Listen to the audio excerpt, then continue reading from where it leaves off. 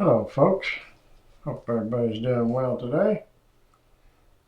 I want to talk to you a little bit today about the parable of the wedding feast. I'm sure some of you are familiar with this story. And as usual, I'm going to read from the original King James Version, just because I'm an old fogey and I like it. I know some people don't like it because it's a little difficult to understand the thous and these, but I'm more concerned about accuracy of scripture than I am easy to understand. So let's read it and then we'll discuss it. Jesus, he always speaks to his disciples in parables, or oftentimes he does. This time, Jesus says, "The kingdom of heaven is like unto a certain king which made a marriage for his son, and sent forth his servants to call them that were bidden to the wedding, and they would not come. Again he sent forth other servants, saying, Tell them which are bidden, Behold, I have prepared my dinner, my oxen, my fatlings are killed, and all things are ready. Come unto the marriage. But they made light of it, and went their ways, one to his farm, one to his merchandise. And the remnant took his servants, and entreated them spitefully, and slew them. But when the king heard thereof, he was wroth, very angry. And he sent forth his armies, and destroyed those murderers, and burned up their city. Then saith he to his servants, The wedding is ready, but they which were bidden were not worthy. Go ye therefore into the highways, and as many as you shall find, bid to the marriage.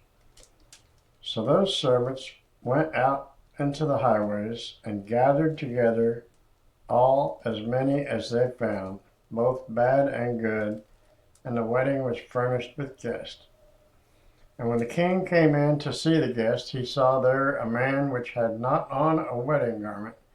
And he saith unto him, Friend, how camest thou in hither, not having a wedding garment?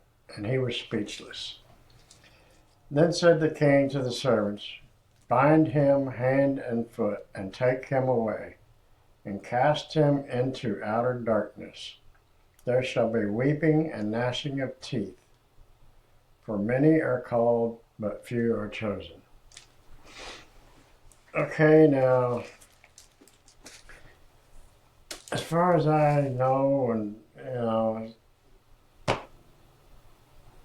Jesus doesn't really spell it out like he does in other parables, but it kind of reminds me of the parable of the vineyard, where the owner of the vineyard sent his servants to collect the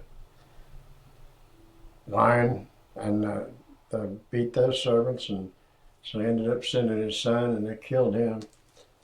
It's kind of the same, but then it kind of makes you think of the king. I think is God, and he sent forth his servants. He was preparing the wedding for his son, which I was assume is Jesus. And then, when it says he sent forth his servants to call them, that would be kind of like John the Baptist when he went out and he spread the word of Jesus before Jesus even came. And what did they do to him? They beheaded him. So, it was a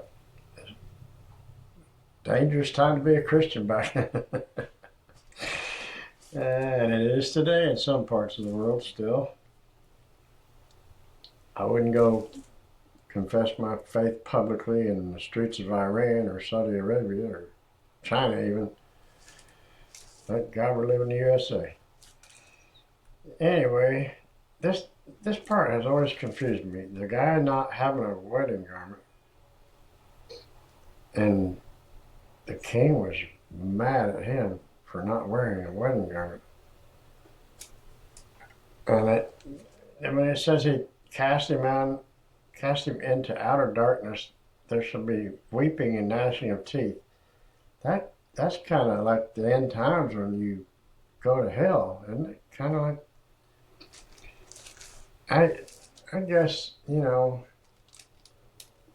of like the angels in heaven are wearing white robes that God provided, and you can wear uh, the breastplate of righteousness and the armor of God. And I don't know. It's symbolic somehow, I'm sure. But for many are called, but few are chosen. The way it ends in verse 14. You know, a lot of who doesn't know about God? Even the demons in hell know Jesus Christ.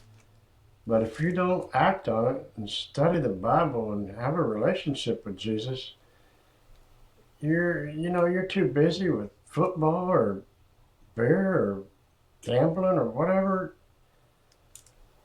I think you better get right before you part the earth. Oh, anyway, folks, share your thoughts in the comments, and thank you for watching. And don't forget to press that thumbs up button to like the video if you like the video. Subscribe if you haven't already, and share this with your family and friends. And I'll see you next week. Give me something to ponder on.